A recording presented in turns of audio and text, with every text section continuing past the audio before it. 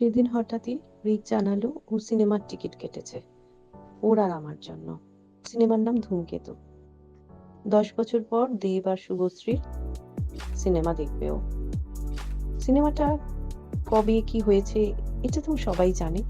যাই হোক, আমি যে প্রসঙ্গে বলছি, তো আমাকে জানায় যে আমার সঙ্গে ও সিনেমা দেখতে যাবে। ছোটবেলা থেকেই ও আমার সঙ্গে সিনেমা দেখতে খুব ভালোবাসে।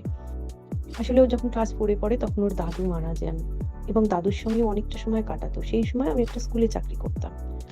তো ওর মন খুব খারাপ থাকতো। তো আমি যখনই সুযোগ পেতাম, ও যেহেতু দেবকে ভালোবাসে সেইজন্য দেবের কোনো সিনেমা এলে ওকে নিয়ে আমি যেতাম। ও খুব আনন্দ পেত। ওর মনটা একটু ভালো হতো।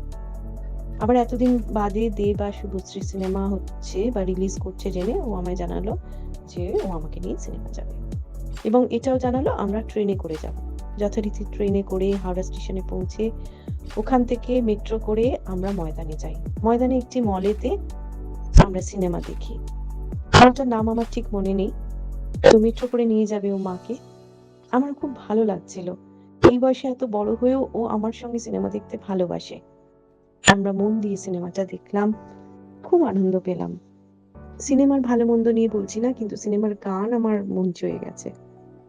টুকটাক খাওয়া-দাওয়া করে মা আর ছেলে দুজনে মিলে গুনগুন করে গান করতে, করতে গানে, গানে যদি আমার মনের কথা তোমার মনের কাছে পৌঁছে যায়, হতে পারে খোলা আকাশে একাশে পাশাপাশি বুঝতে চাই।